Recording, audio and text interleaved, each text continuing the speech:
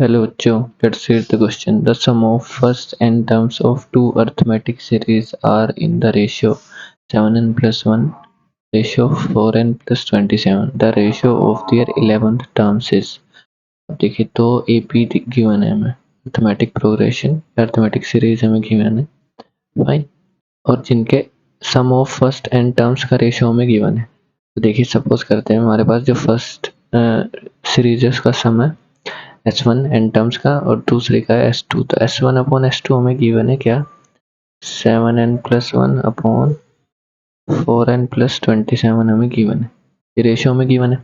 अब देखिए सम of N terms किसी भी AP के लिए क्या फॉर्मूला होता है, S equal to n by two 2a plus n minus 1 into D होता है, फाइन।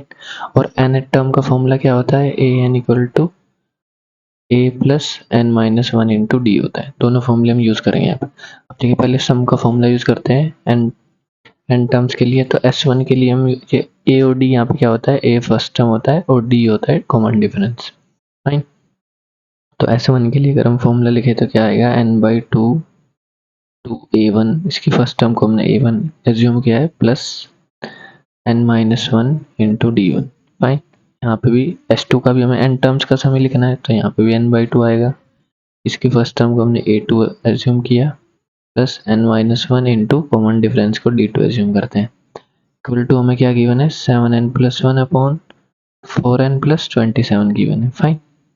ओके, तो देखिए n बाई टू से n बाई टू कैंसिल होगा। अब देखिए हम क्या करते हैं इस टर्म में अपना, हम n को रिप्लेस करते हैं, रिप्लेस n बाई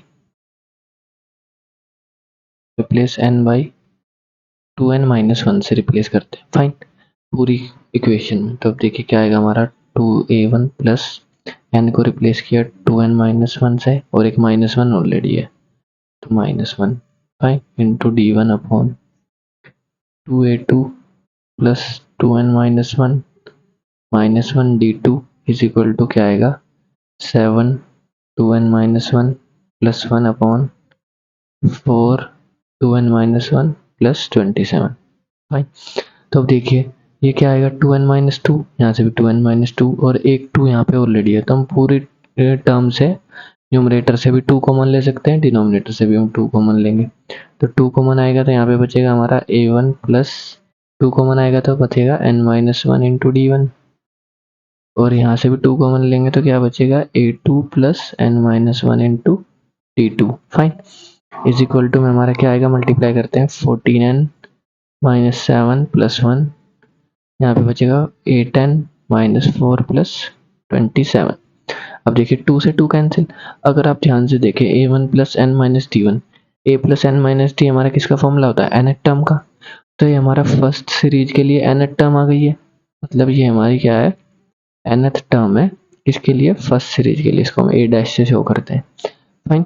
और ये क्या है, हमारी nth टर्म है सेकंड सीरीज के लिए, तो इसको हम डबल डैश से शो करते हैं, फाइन।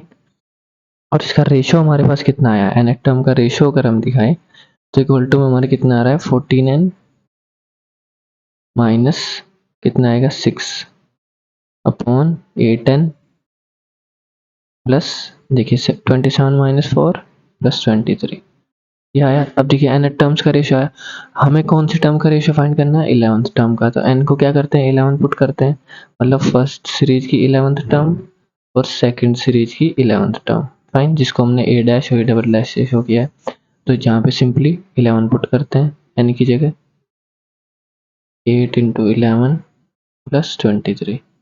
अब देखिए क्या आएगा, 14 इंटू 11, ये किसके इक्वल होगा, 154 minus 6 upon 8 into 11 88 plus 23 is equal to, अब देखिए 154 माइनस 6 कितना आएगा, 148, fine, upon 88 plus 3 91, 91 plus 20, 91 plus 20 हमारा किसके इक्वल आएगा,